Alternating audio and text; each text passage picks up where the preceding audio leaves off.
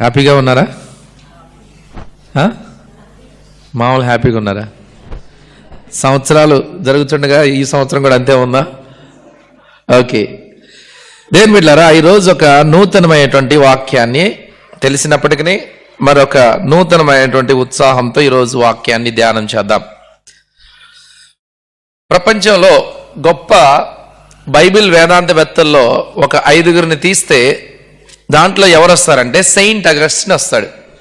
వాళ్ళ తల్లిగారు మౌనిక చాలా ప్రార్థనా యోధురాలు, ప్రార్థనా పరురాలు అని కూడా మీకు ఒకసారి చెప్పాను. తన జీవితంలో చేసినటువంటి బాగా మిస్టేక్ ఏంటంటే పాపం చేశాడు. బట్ తను ఎప్పుడు చూసినా తన గత జీవితాన్ని జ్ఞాపకం చేసుకుంటూ ముందున్న జీవితాన్ని కొనసాగించలేకపోతా ఉన్నాడు. గత సంవత్సరం ఏం జరిగింది, ఆ గత సంవత్సరం ఏం జరిగింది, 2020లో ఏం జరిగింది అని విధంగా ప్రతి పాత సంవత్సరాన్ని జ్ఞాపకం చేసుకుంటూ తన ముందున్న జీవితంలో ముందుకు పోలేకపోతా ఉన్నాడు. పాత జీవితంలో ఉన్నటువంటి తప్పుడు ఆలోచనలు అవి కొత్త సంవత్సరంలో కూడా జ్ఞాపకం చేసుకుంటా ఉన్నాడు. మారాలి, ఈ సంవత్సరం కూడా మారాలి అన్నటువంటి ఆలోచన తన హృదయంలో ఉంటుంది, కానీ పాత జీవితం అంతా తన హృదయం అంతా పెట్టుకొని దాని గురించి ఆలోచిస్తూ ఉన్నాడండి. అటువంటి స్థితిలో ఒక పిల్లవాడు, బయట సండే స్కూల్ పిల్లవాడు అనుకుందాం, చిన్న పిల్లవాడు, టేక్ అండ్ రీడ్ వాక్యాన్ని తీసి చదువు అని ఒక చిన్న పిల్లవాడు బయట సండే స్కూల్ పాట పాడుతూ ఉన్నాడు. అప్పుడు పాడగానే అగస్టిన్ ఓపెన్ చేసినటువంటి, అంటే తెరిచి చదివినటువంటి వాక్యం ఏంటంటే రోమియోలకు రాసిన పత్రిక 13వ అధ్యాయం, చదవాల్సిన అవసరం లేదు, ఇంటికాడ చదవండి. 13వ అధ్యాయం 13 నుంచి 14 వరకు చదివిన తర్వాత ఆ వాక్యం తన జీవితంలో ఉన్నటువంటి ప్రతి పాత జీవితాన్నంతా తన దేవుని యొక్క పరిశుద్ధాత్మ కార్యము ద్వారా మార్చి ఆ రోజు నుంచి క్రొత్త జీవితాన్ని ప్రారంభించడం జరిగిందండి. అతను చెప్పిన మాట ఏంటంటే, నేను నా గతాన్ని వదిలిన రోజే దేవుడు నా భవిష్యత్తుని ప్రారంభించాడు. ఏం చెప్పాడండి? నేను నా గతాన్ని వదిలిన రోజే దేవుడు నా భవిష్యత్తుని ప్రారంభించాడు. ఈ గతాన్ని మర్చిపోవడం, గతం యొక్క జ్ఞాపకాలు చూసుకోవడము, గతంలో జరిగినటువంటి విజయాలను జ్ఞాపకం చేసుకుంటూ, గతంలో జరిగినటువంటి అంటే 2025 అంతకంటే ముందు జరిగినటువంటి ప్రతి దాన్ని జ్ఞాపకం చేసుకుంటూ, ఇక అవే నా జీవితం అంతా అదే, ఇంకేముంటుంది 2026? ఇప్పటిదాకా దేవుడు కార్యాలు చేశాడు కదా, ఇంకేముంటుంది కూడా అనుకోవచ్చు. అర్థమవుతుందా? నాకు ఇది భయంకరమైనటువంటి బలహీనత అండి. నాకు పర్సనల్గా 40 సంవత్సరాలు వచ్చాయి, దేవుని కోసం ఏం చేశావు? ఏమీ చేయలే. ఇంకేంటి, ఎనర్జీగా ఉంటే ఒక 10 సంవత్సరాలు ఉంటావు.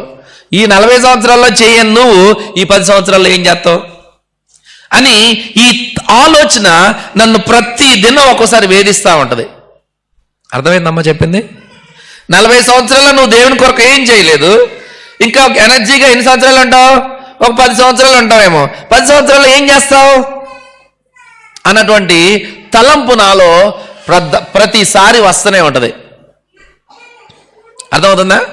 బట్ ఈరోజు నీకు, నీ కుటుంబానికి, సంఘానికి దేవుడిచ్చేటువంటి మాట ఏంటంటే, let's turn our Bibles towards Isaiah chapter 43 18 to 19. యెషయా గ్రంథం 43వ అధ్యాయము 18 నుంచి 19 వరకు చదువుదాం.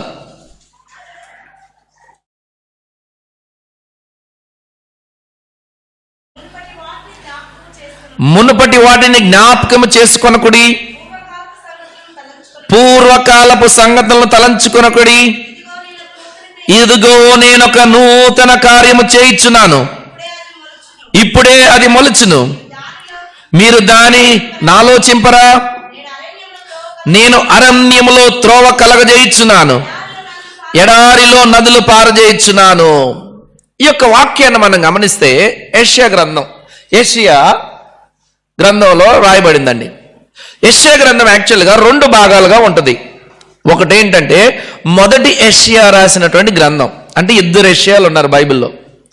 ఓకే, 1 నుంచి 39 వరకు ఒక యెషయా రాశాడు, 40 నుంచి 55 వరకు మరొక యెషయా రాశాడు. అసలు ఈ 40 నుంచి 55 వరకు మనకేం అర్థమవుతుందంటే, ఇశ్రాయేలీలకి దేవుడు వాగ్దానపూర్వకంగా ఒక విమోచన దయచేస్తాడు అన్నటువంటి ఉద్దేశంతో ఈ యొక్క ప్రవచనాలు చెప్పడం జరిగిందండి.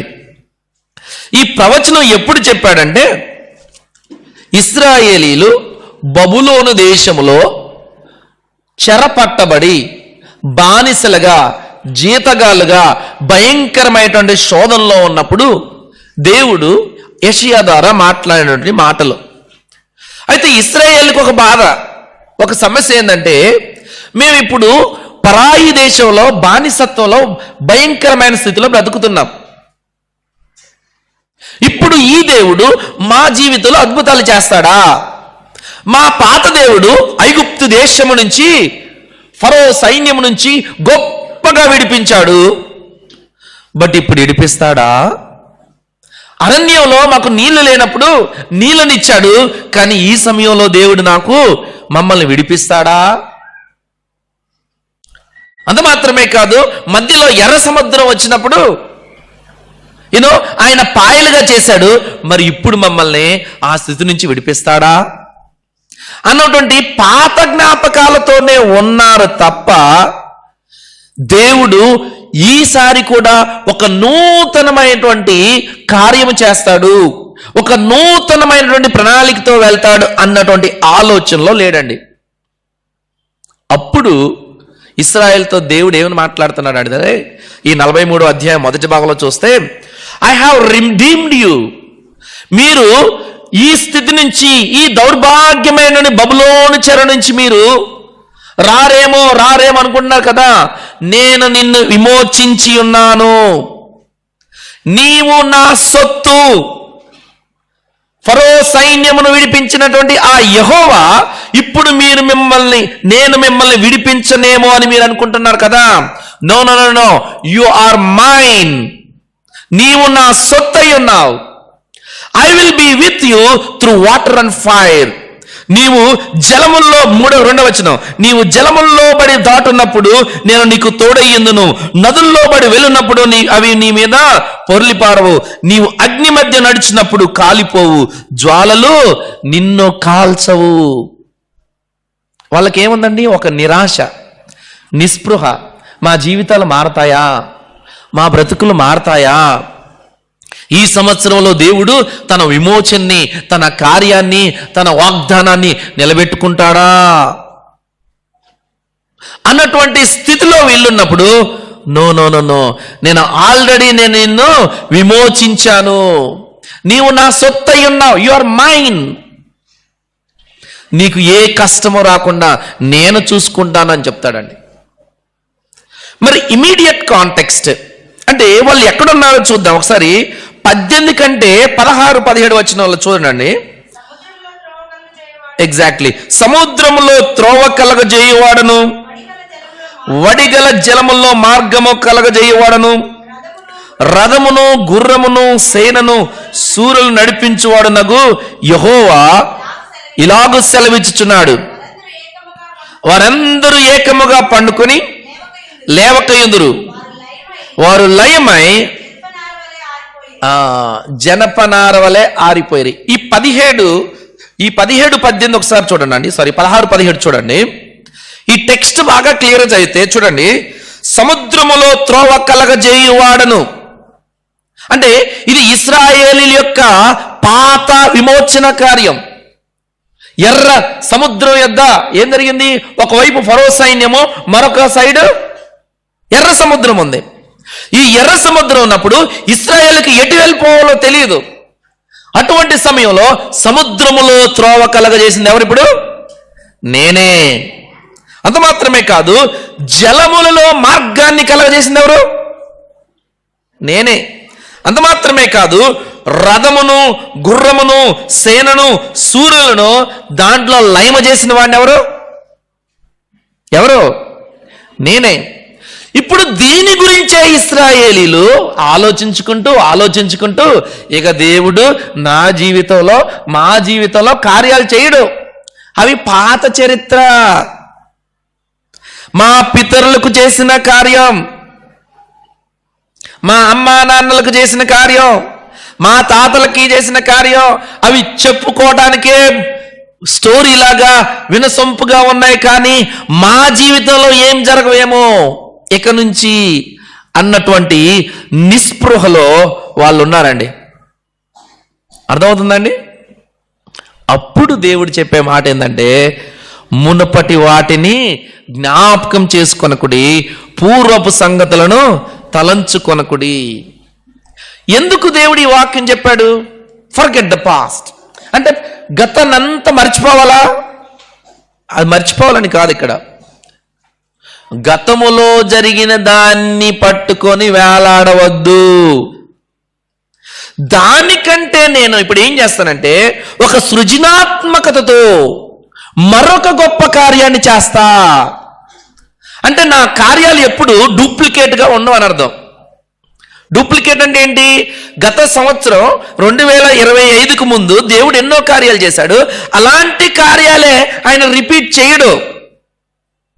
గాడ్ ఈజ్ క్రియేటివ్, ఆయన సృజనాత్మకత కలిగిన వాడు కాబట్టి పాత కార్యాల్లాగా కొత్త కార్యాలు ఉండవు.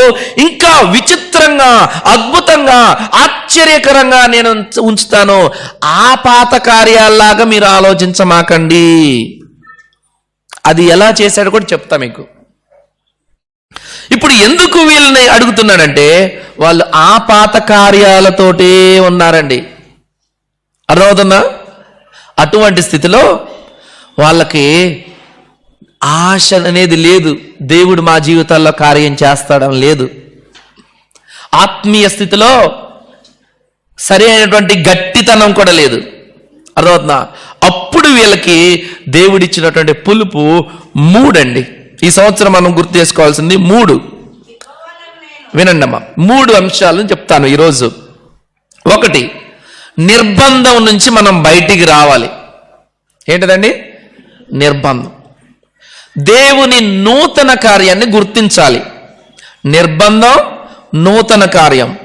3, నడిపింపులో ఉండాలి. ఆయన నడిపింపులో ఉండాలి. ఇప్పుడు నిర్బంధం ఈరోజు మనం ధ్యానం చేసుకుందాం. ఇప్పుడు చదవమ్మా 43:18. మునుపటి వాటిని జ్ఞాపకం చేసుకొనకుడి, పూర్వకాలపు సంగతులను తలంచుకొనకుడి. ఇక్కడ చూడండి, మునుపటి వాటిని జ్ఞాపకం చేసుకొనకుడి అంటే దాంట్లో మీరు బ్రతకమాకండి అని అర్థం. అర్థమవుతుందా? మీ చదువులప్పుడు కానీ మీ ఉద్యోగాలప్పుడు దేవుడు కార్యం చేశాడు. అర్థమవుతుందా?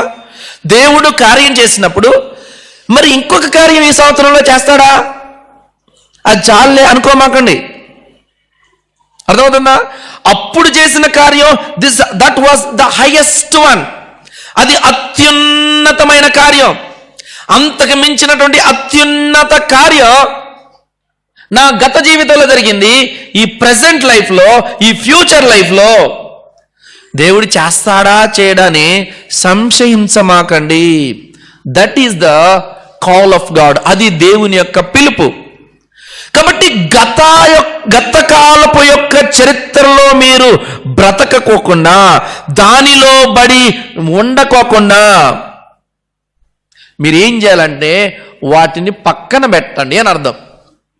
ఇశ్రాయేలుకు ఉన్నటువంటి ప్రాబ్లం ఏంటంటే, they are always referring to intentional thought. వాళ్ళు కావాలనే ఐగుప్తులో నుంచి దేవుడు ఎలా విడిపించాడు, ఎర్ర సముద్రముని ఎలా పాయలు చేశాడు, ఎరికో గోడల్ని ఎలా కూల్చాడు, యోర్దాను నదిని ఎలా దాటించాడు, అవే జ్ఞాపకం చేసుకొని ఇవే మా జీవితంలో జరిగినటువంటి, మా పితరుల జీవితంలో జరిగినటువంటి గొప్ప కార్యాలు ఇక జరగవు అనుకున్నారండి. నిజంగా ఇవి గొప్ప కార్యాలే కాదా? చాలా గొప్ప కార్యాలు, అద్భుతమైన కార్యాలు. కానీ వాటిలోనే వాళ్ళు ఉండిపోయారండి. ఇంకా మనం గమనించినట్లయితే not consider things of old, పూర్వపు సంగతులను తలంచుకొనకుడి.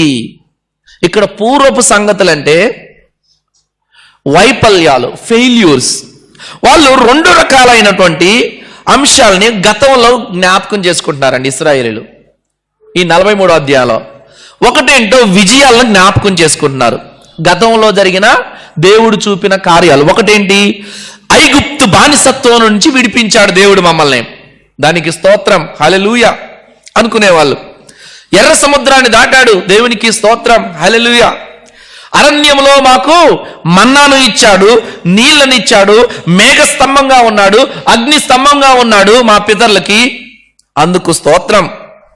కానాను దేశంలో మమ్మల్ని ప్రవేశపెట్టి ఎరికో గోడలు పతనం చేసి మాకు వాగ్దానపు దేశాన్ని మాకు ఇచ్చాడు, అందుకు స్తోత్రం అని చెప్పుకునేవాళ్ళు, అని జ్ఞాపకం చేసుకునేవాళ్ళు.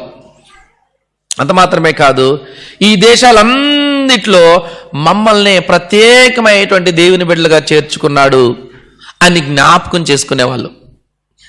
ఇంకొక సైడ్ ఏంటంటే వాళ్ళకు ప్రాబ్లం, వారి గత జీవితంలో జరిగినటువంటి పరాజయాలు అంటే ఏంటి, ఫెయిల్యూర్స్ జ్ఞాపకం చేసుకునేవాళ్ళు. అరణ్యంలో వాళ్ళు ఎంత సనుగుకున్నారో, ఎంత గొనుగుకున్నారో వాటిని కూడా జ్ఞాపకం చేసుకున్నారు. ఆ అరణ్యంలో దూడను తయారు చేసి ఏ విధంగా విగ్రహారాధన చేశారో అది కూడా జ్ఞాపకం చేసుకున్నారు. ప్రవక్తలు వచ్చి మీరు మారండి, మారు మనసు పొందండి అని చెప్పినా కానీ ఎంతగానో నిర్లక్ష్యం చేశారో అది కూడా జ్ఞాపకం చేసుకున్నారు. అంత మాత్రమే కాదు, వాళ్ళు పాపం చేసినప్పుడు దేవుడు అష్షూరులకి, అదేవిధంగా బబులోను వారికి ఏ విధంగా అప్పచెప్పాడో అది కూడా జ్ఞాపకం చేసుకుని ఇప్పుడు మగ్గిపోతున్నారండి.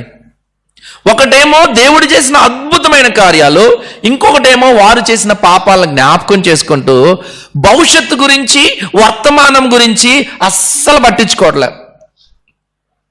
ఇప్పుడు నీవు నేను సంఘంగా చేయాల్సింది ఏంటంటే 2025 అండ్ పక్కన అంతకుముందు జరిగిందంతా వదిలేసి దేవుడు మన జీవితంలో ఇక నుంచి వర్తమాన కాలంలో, అదేవిధంగా భవిష్యత్ కాలంలో ఇక నుంచి ఏ కార్యం చేయడానికి సిద్ధపడుతున్నాడు. 2023లోనే ద హైయెస్ట్ దేవుని కార్యం అనుకోమాకండి, అర్థమైందా? అత్యున్నతమైనటువంటి దేవుని గొప్ప కార్యం అనుకోమాకండి. No no no no, is more powerful than that. ఆ వాటికంటే ఇంకా శక్తి కలిగినటువంటి దేవుడు. కాబట్టి నీవు నేను ఇప్పుడు మనం చేయాల్సిందంటే గత కాలములో జరిగిన ప్రతి నిందను వదిలేయాలి. గత సంవత్సరములో చేసినటువంటి ప్రతి పాపాన్ని వదిలేయాలి.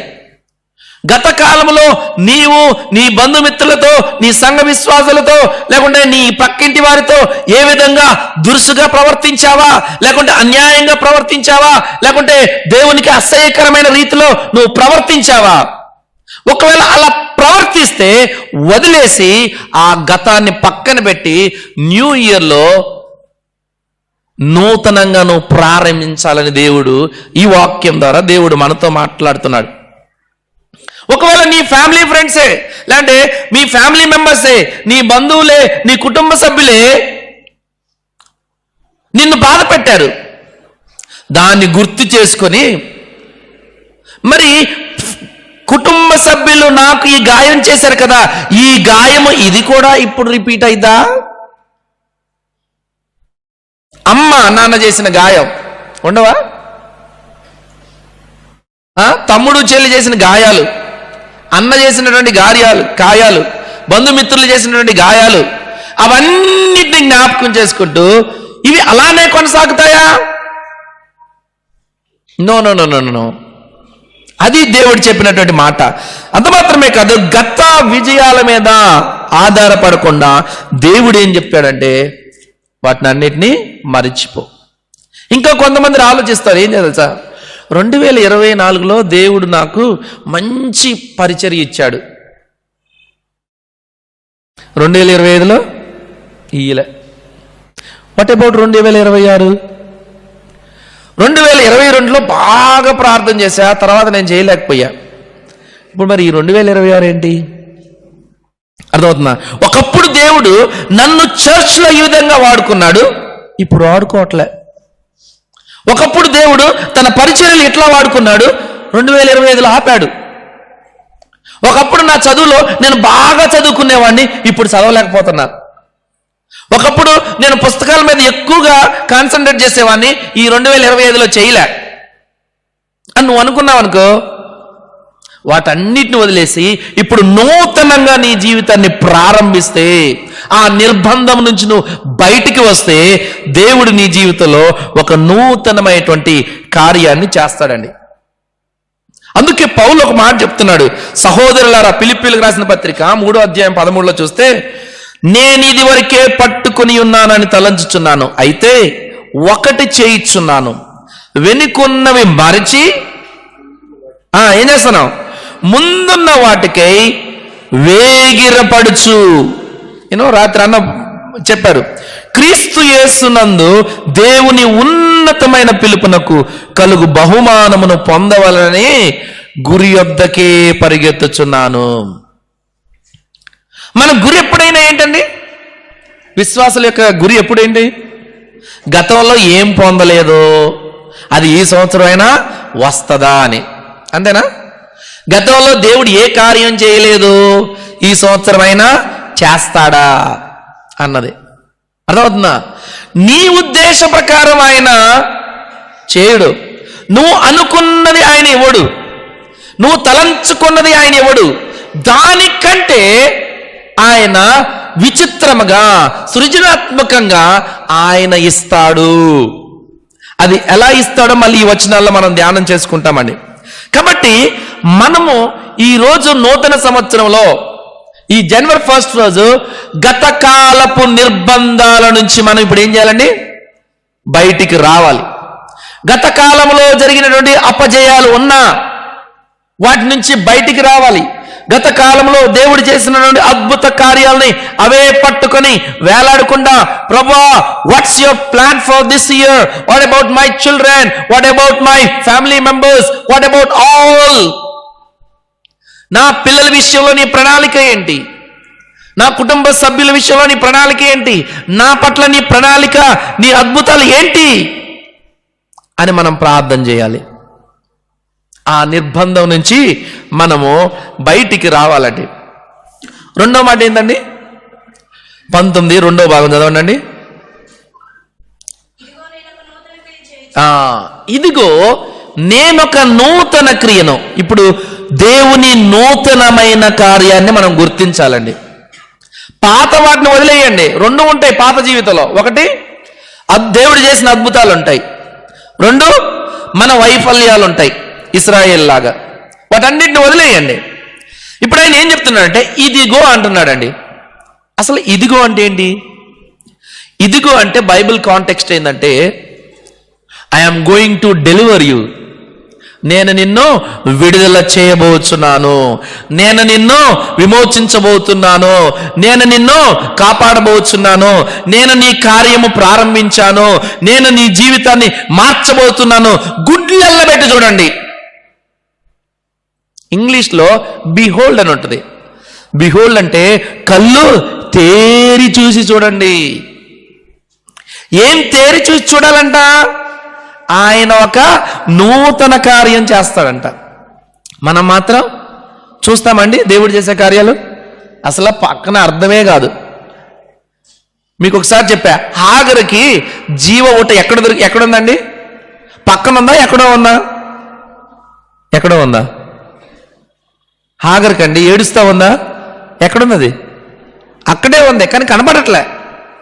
అంత మాత్రమే కాదు, ఎమ్మాయి ప్రాంతానికి వెళ్తున్నటువంటి శిష్యులతో యేసుప్రభు వారు ఉన్నారు. యేసుప్రభు వారు మాట్లాడుతూ ఉన్నాడు. మాట్లాడుతుంటే వాళ్ళకి అర్థమైందండి? దేవుడు వాళ్ళ కళ్ళను తెరిచినప్పుడు మాత్రమే వాళ్ళకి అర్థమైంది. మనం కూడా ఆత్మీయ పరంగా ఇలానే గుడ్డితనం కలిగి ఉంటాం. దేవుడు చూపించినటువంటి సొల్యూషన్, సొల్యూషన్ మన పక్కనే ఉంటుంది, మనతోటే ఉంటుంది, కానీ మనకు అర్థం చేసుకునేటువంటి జ్ఞానం లేదు. అర్థమవుతుందా? సో ఇప్పుడు నూతన కార్యం, ఇదిగో గుడ్లెల్ల పెట్టి చూడండి మీరందరూ. ఇప్పుడు దేవుడు చేసే కార్యం ఏంటిదంట? నూతనమైన కార్యం. ఇప్పుడు నూతన కార్యం అంటే, నూతన కార్యం హిబ్రూలో ఉపయోగించిన పదం ఏంటంటే జదాష్. దీని అర్థం ఏంటంటే, గతములో చేసినటువంటి ఎర్ర సముద్రపు విమోచన ఉంటుంది చూసావా, అట్లాంటిది కాదు. అంత మాత్రమే కాదు, ఇది కంప్లీట్గా మీ జీవితంలో ఎప్పుడు చూడరు, తాజా కార్యం. అంత మాత్రమే కాదు, it is a creative work. దేవుడు సృజనాత్మకతతో ప్రపంచంలో ఎవ్వరూ చేయనటువంటి స్థితిలో ఉంటుంది చూసావా. ఏ దేవుడు అనబడిన వాడు చేయనటువంటి కార్యము నేను విచిత్రంగా సృజనాత్మకంగా నేను చేస్తాను. ఇందుట్లో ఈ రోజుల్లో క్రియేటివిటీని బాగా ఉపయోగిస్తారు. తెలుసా, క్రిస్టియన్ టీచర్స్ ఎప్పుడైనా క్రియేటివిటీగా ఉండాలి, కాపీ కొట్టకూడదు ChatGPT నుంచి. Okay, creativity. ఎందుకంటే మన దేవుడు క్రియేటివ్. సృష్టిని చేసినప్పుడు కూడా చాలా క్రియేటివ్గా సృష్టిని చేశాడు. ఇప్పుడు దేవుడు ఏం చెప్తున్నాడంటే, నేను ఒక కార్యం క్రియేటివ్గా చేస్తున్నాను. ఆ క్రియేటివ్ ప్రపంచ చరిత్రలో ఇంతవరకు జరగల కార్యం. ఈ నూతన కార్యాన్ని నేను చేస్తున్నా కాబట్టి రికగ్నైజ్ ద న్యూ అని చెప్తా ఉన్నాడు. ఇంకా ఏం చెప్తున్నాడంటే, ఇదిగో నేను ఒక నూతన కార్యం చేయించున్నాను, ఇప్పుడే అది మొలుచును, మీరు దాన్ని నాలోచింపరా. ఇప్పుడే, right now. It's actually already it is in a progress. అది ఆల్రెడీ ప్రారంభమైందని చెప్తా ఉన్నాడండి. ఇక్కడ ఉపయోగించినటువంటి మెటాఫర్ ఏంటంటే, స్ప్రింగ్స్ అప్. ఒక విత్తనం ఏ విధంగా జర్మినేట్, విత్తనము ప్రారంభమైందో, అది ఆల్రెడీ దేవుని కార్యం ప్రారంభమైంది. ఈ ప్రారంభమైనటువంటి ఈ నూతన కార్యం మీకు అర్థం కావట్లేదు, కానీ దేవునిగా నాకు తెలుసు అని చెప్తా ఉన్నాడు. ఈ విత్తనం చాలా చిన్నదిగా ఉంటుందండి. యాక్చువల్గా చాలా నిశ్శబ్దంగా అది విత్తనం మొలుస్తుందా మొలవట్లేదు అన్నట్టు కనపడతా ఉంటుంది. కానీ ఒక్కసారి అది జర్మినేట్, విత్తనం ప్రారంభమైతే దానిని ఎవ్వరూ ఆపలేరు. భూమి ఆపిద్దా అండి? విత్తనం మొలకించటం ఏమంటారు, మొలకెత్తడం. విత్తనం మొలకెత్తడం ప్రారంభమైనప్పుడు భూమి ఆపిద్దా అండి? ఆపిద్దా? అంత మాత్రమే. అది కాంక్రీట్ ఆపిద్దా? కాంక్రీట్ మీరు చూసారా, స్లాబ్స్లో నుంచి జర్మినేట్ అయినప్పుడు తన్నుకొని వస్తూ ఉంటుంది. అదవుతుందా? తన్నుకొని వస్తుంది. I'm going to do a new thing that nobody can stop it. నేను ఒక నూతన కార్యం చేయబోతున్నాను, దానిని ఎవ్వరూ ఆపలేరు.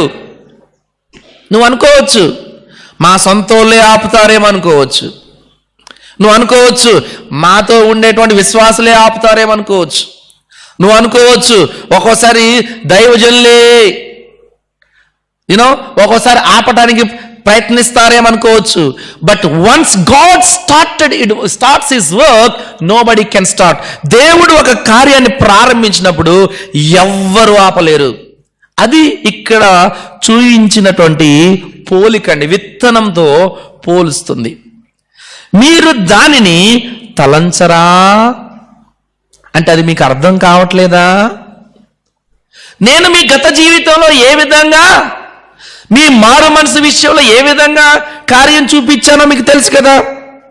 ఇంతవరకు మీ జీవితంలో ఎలా నడిపించానో తెలుసు కదా.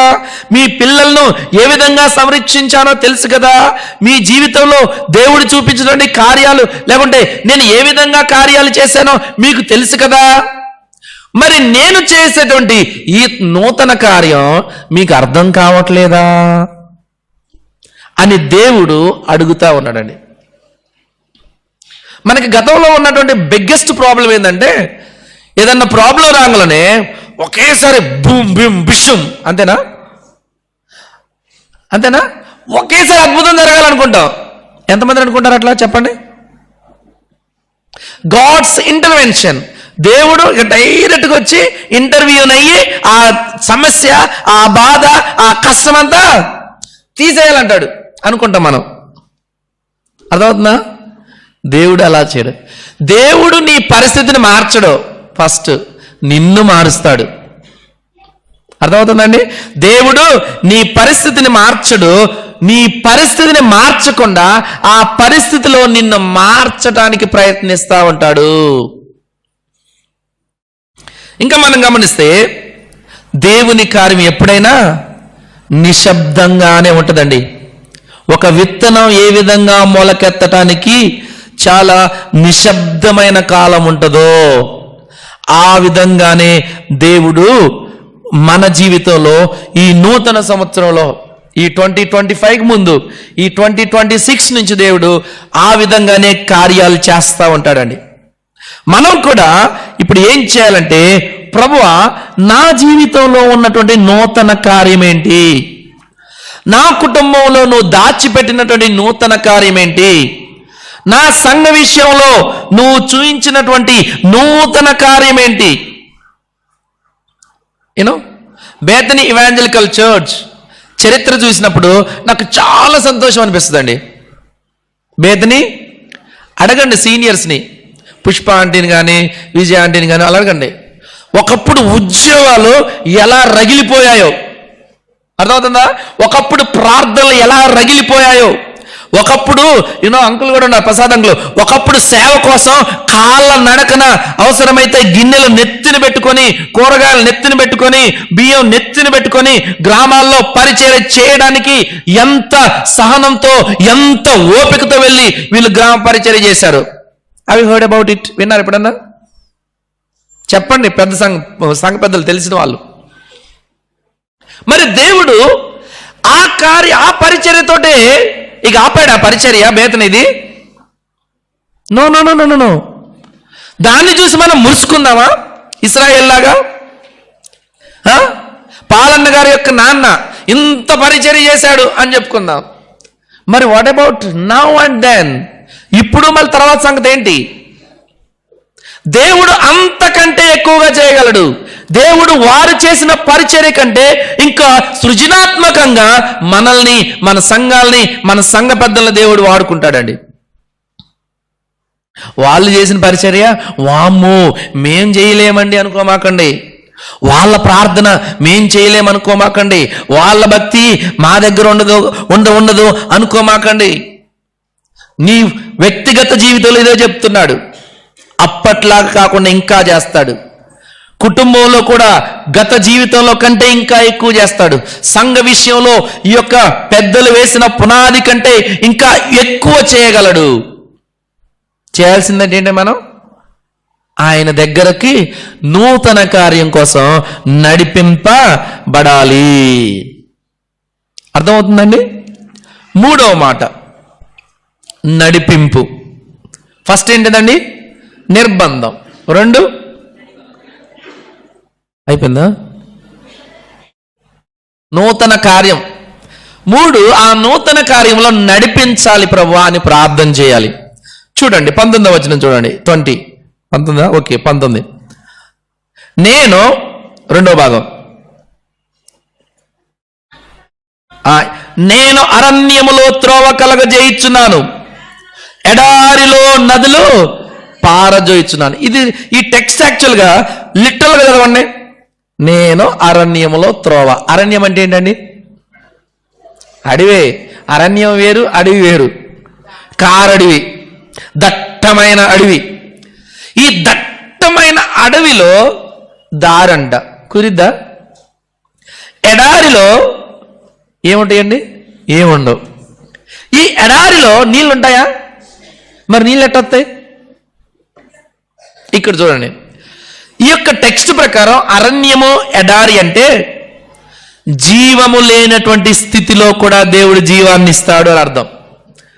నిరీక్షణ లేనటువంటి స్థితిలో కూడా నీకు ఒక నిరీక్షణ దేవుడు ఇస్తాడని అర్థం.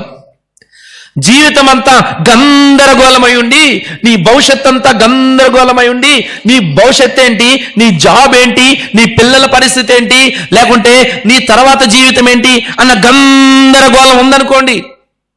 ఆ గందరగోళమైనటువంటి స్థితిలో కూడా దేవుడు ఒక సుమార్గాన్ని ఏర్పాటు చేయగలడు. భయంకరం నీ పరిస్థితి నుంచి, లేకుంటే నీ జీవితం గురించి భయం ఉందనుకో, భయంకరమైనటువంటి భయము నుంచి నీకు సమాధానాన్ని ఇవ్వగలను అని దేవుడు చెప్తా ఉన్నాడు.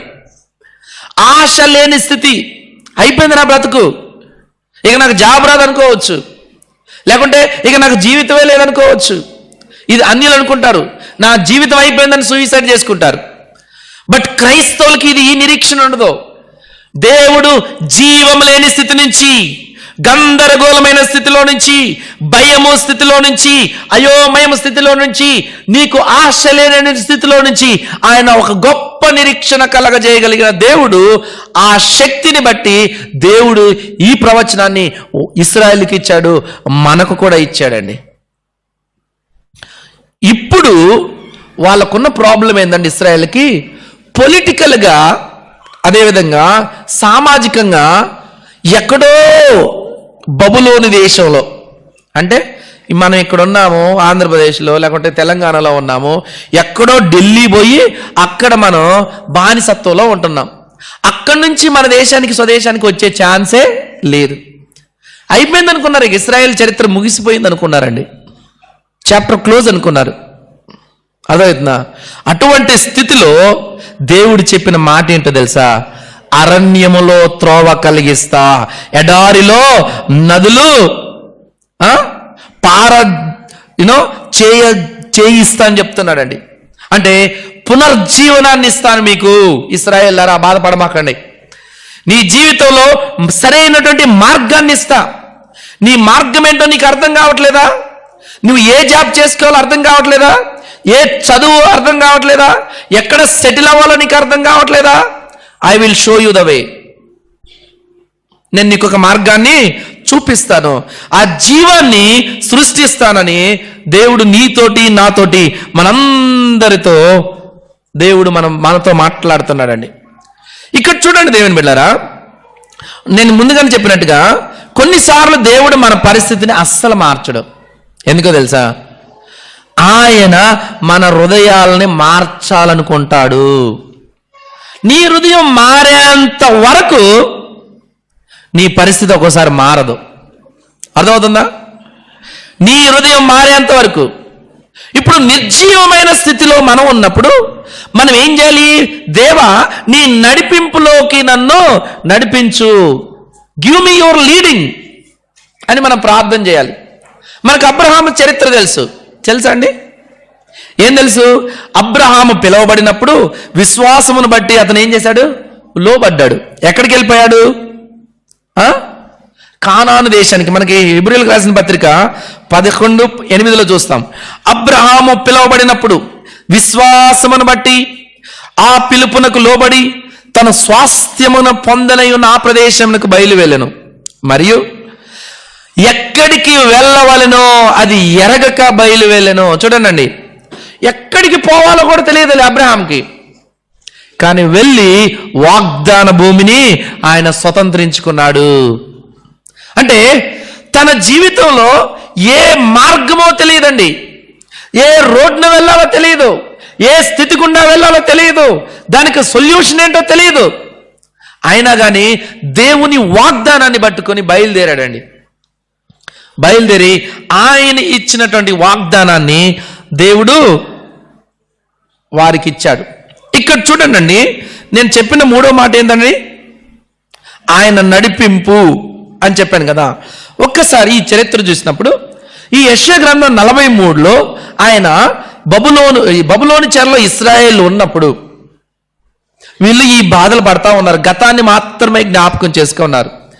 నేను ఒక నూతన కార్యం చేయబోతున్నాను, అది ఇప్పుడే ప్రారంభమైనది, ఇది మొలిచినది, నేను అరణ్యములో త్రోవ కలగజేస్తున్నా, ఎడారిలో నదులు పారజేస్తాననే వాగ్దానము ఎప్పుడు ఇశ్రాయేలు జీవితంలో నెరవేరిందో తెలుసా? విత్ ఇన్ 50 సంవత్సరాల్లో. అంటే 605వ సంవత్సరంలో, అదేవిధంగా 593 క్రీస్తు పూర్వం, ఇది 556వ సంవత్సరంలో దేవుడు భయంకరమైనటువంటి బబులోను సామ్రాజ్యం, నేను ఒకసారి చరిత్ర చెప్పా, భారతదేశం లేకుంటే ప్రపంచ చరిత్రలో బాగా గొప్ప రాజ్యాలు ఏమైనా ఉన్నాయంటే ఫస్ట్ మనం ఈజిప్ట్, బైబిల్ చరిత్ర రావాలి ఎవరైనా. ఐగుప్తు దేశం చాలా శక్తివంతమైనటువంటి రాజ్యం అండి. ఆ తర్వాత అశూరియ రాజ్యం, అది కూడా బైబిల్లోనే ఉంటుంది. ఆ తర్వాత బబులోను రాజ్యం. ఈ బబులోను రాజ్యాన్ని దానియేలు లయన్తో పోల్చడం జరిగింది, సింహంతో. ఈ లయన్ కింద బానిసత్వంలో ఉన్న వాళ్ళే ఇశ్రాయేల్ అండి. కానీ దేవుడు ఏం చేశాడంటే 605, 597, 536లో ఆ సామ్రాజ్యాన్ని కూల్చివేసి, ఎవరి సామ్రాజ్యానండి? బబులోను రాజ్యాన్ని, నెబుకద్నెజరు రాజ్యాన్ని కూల్చివేసి మగ్గిపోతున్నటువంటి ఇశ్రాయేలుని తన వాక్కు ప్రకారము, ఇదిగో నేను ఒక నూతన కార్యం చేయుచున్నానని చెప్పాడు కదా, ఆ వాక్కు ప్రకారం ఇశ్రాయేలుకి మరొకసారి విమోచన కలిగించాడండి. జాగ్రత్తగానండి, క్లోజ్ చేస్తాను. భయంకరమైన బలవంతుడైనటువంటి నెబుకద్నెజరు బబులోను సామ్రాజ్యాన్ని, మాదీయుల పరశేకులు వాళ్ళు ఎట్టొచ్చారు తెలుసా? సముద్రంలో ఈత కొట్టుకుంటూ వచ్చారండి. సైన్యం ఈత కొట్టుకుంటూ వచ్చి బెల్షాజరు విందు చేస్తూ ఉంటాడు సొలొమోను ఉపయోగించినటువంటి ఉపకరణాలతో, మందులు విందులు అవి మొత్తం చేస్తూ ఉంటాడు. అప్పుడు బెల్షాజరు వాళ్ళు ఏం చేస్తారండి? ఆ దేశాన్ని కూల్చివేయడం జరిగిందండి. ఇక్కడ చూడండి, మనకి ఇంకొక గొప్ప మాట ఏందో చెప్పనా? దేవుని యొక్క క్రియేటివ్ వర్క్ ఉంది కదా, సృజనాత్మకత. ఇప్పుడు చూడండి, మొదటి విమోచన ఎలా ఉందంటే, ప్రజలు ఎలా ఉన్నారంటే ఐగుప్తు దేశంలో భయంకరంగా శారీరకంగా బానిసలుగా ఉన్నారు. కానీ బబులోను దేశంలో ఎలా ఉన్నారు తెలుసా? ఆత్మీయంగా విసిగిపోయారండి. ఈ రెండిటికి దేవుడు విమోచన కలిగించాడు. బబులోనుదే ఐగుప్తు దేశంలో దేవుడు చేసిన కార్యాలు ఏంటో చెప్పనా? 10 తెగుళ్ళు పంపించి శత్రువులకి భయం పుట్టించాడు. బబులోను దేశంలో దేవుడు చేసిన కార్యం ఏంటో తెలుసా? నీళ్ల ద్వారా సైనికులు ఏం చేశారండి? ఈదుకుంటూ వచ్చి వాళ్ళ సామ్రాజ్యాన్ని కూల్చివేసేలా చేశాడు. ఐగుప్తు దేశంలో ఎర్ర సముద్రం ఏమైపోయిందండి? చీల్చబడింది. కానీ బబులోను దేశం ఏమైందో తెలుసా? అది ఆటోమేటిక్గా పడిపోయిందండి. ఇంకా చూస్తే దేవుని కార్యాలు, దేవుడు ఐగుప్తు దేశంలో అద్భుత ఆశ్చర్య కార్యాలు చేశాడండి. కానీ బబులోను దేశంలో ఏ అద్భుతం చేయకుండానే వాళ్ళని విమోచించాడు. ఒక్కసారి ఆలోచించండి, ఐగుప్తులోని వాళ్ళు పారిపోతా ఉంటే వెనక నుంచి ఫరో సైన్యం వస్తా ఉంది. ఓకేనా? వాళ్ళు కష్టపడ్డారు. ఐగుప్తులో మాకు సమాధులు లేవని, ఓ మోషే ఇక్కడికి తీసుకుని వచ్చితివా అని అడిగాడు. కానీ బబులోన్లో ఉన్నప్పుడు ఇంత పోరాటం చేయలే, హాయిగా వచ్చారు. ఎలా వచ్చారో కూడా చెప్తాను మీకు. ఇంకా చూస్తే ఐగుప్తు దేశంలో ఫరో రాజు ఇశ్రాయేలుని భయంకరంగా టార్చర్ పెట్టాడండి. కానీ బబులోను దేశంలో దేవుడు ఏం చేశాడు తెలుసా? ఒక్కసారి 44వ అధ్యాయము ఆఖరి వచనం చదవండి.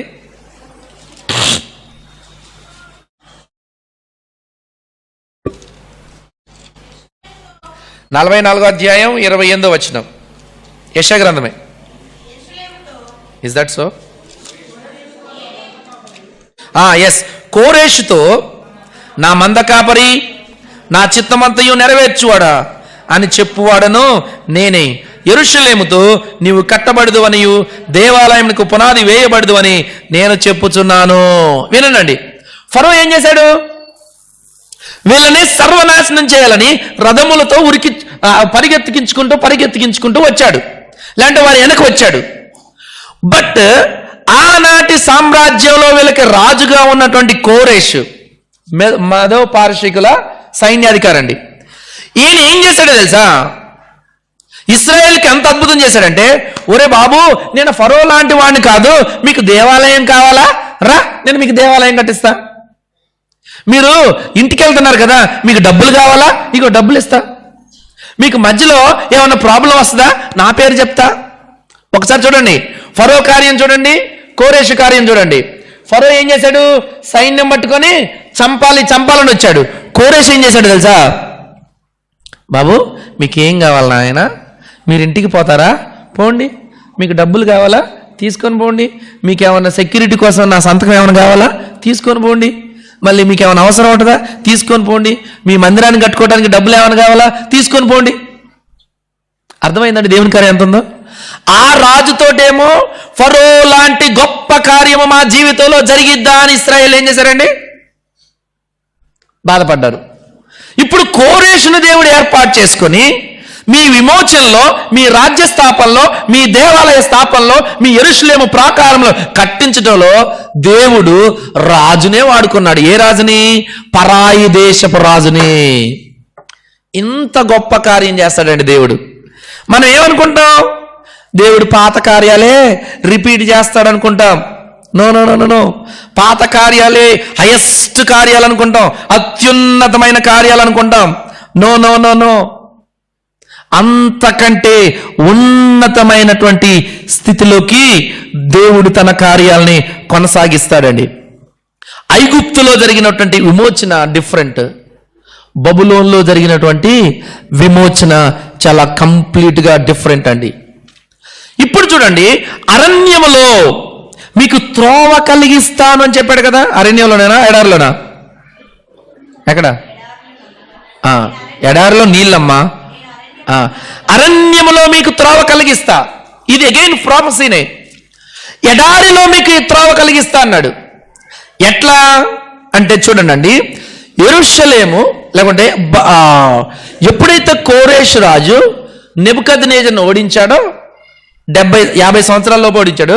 70 సంవత్సరాలు వాళ్ళ యొక్క చెర అయిపోయిన తర్వాత ఈ కోరేషు ఏం చేస్తాడో తెలుసా, ఇశ్రాయేలులారా మీరు నెబుకద్నెజరు చేత ఇన్ని బాధలు పడ్డారు కదా, ఇప్పుడు నేనేం చేస్తానో తెలుసా, మీకు ఒక మార్గాన్ని ఏర్పాటు చేస్తానా. వాళ్ళు ఏమనుకున్నారు, ఇశ్రాయేలు ఎడారిలో మాకు మార్గం ఉంటుందా అనుకున్నారు. ఈ సంవత్సరంలో దేవుడు మమ్మల్ని విడిపిస్తాడా అనుకున్నారు. 70 సంవత్సరాలైనవి, లేకుంటే 65 సంవత్సరాలైనవి, 66 సంవత్సరాలైనవి, 67, 70 అయినాయి, మాకొక మార్గం ఉన్నదా లేదని వాళ్ళు ఏడ్చారు, వేదన పడ్డారు. By the rivers of Babylon there we sat down, we hung our harps. బబులోను చెరగద్ద మేము ఉన్నప్పుడు మేము సితారతోను, మేము చెట్లకి, నిరవంజి చెట్లకి మా యొక్క సితారాలు తగిలించి ఏడ్చాం. 139 కీర్తనలో ఏడ్చాం. మేము ఆయన్ని ఎలా ఆరాధిస్తామని ఏడ్చాం. మాకు ఎడారే జీవితం ఉందని చెప్పారు. కానీ రాజుగారే, ఇగో మీకు ఒక దారి ఇస్తున్నా, ఈ దారిలో పడి మీ దేశానికి మీరు వెళ్ళిపోండి. Isn't it wonderful? అద్భుతంగా ఉంటుందా, లేకుంటే నా గోల వినబడుతుందా మీకు?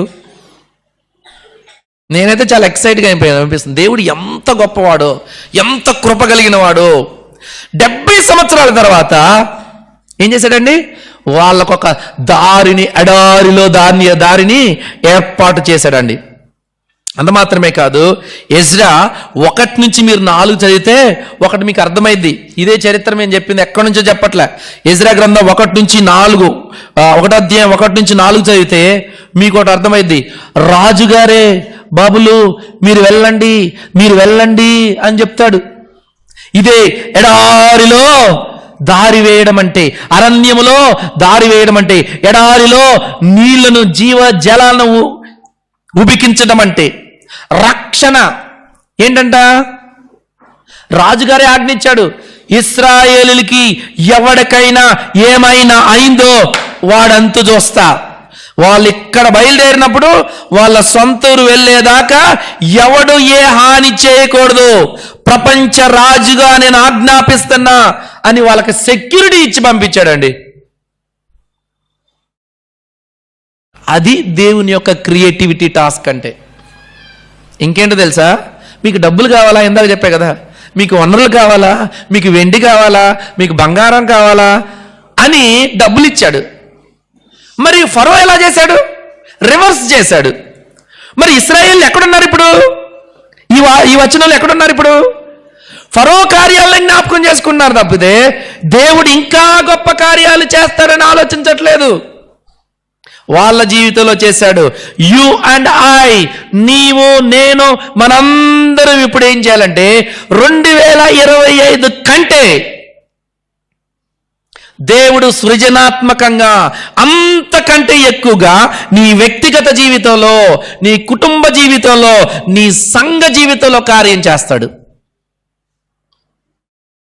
అర్థమవుతుందండి?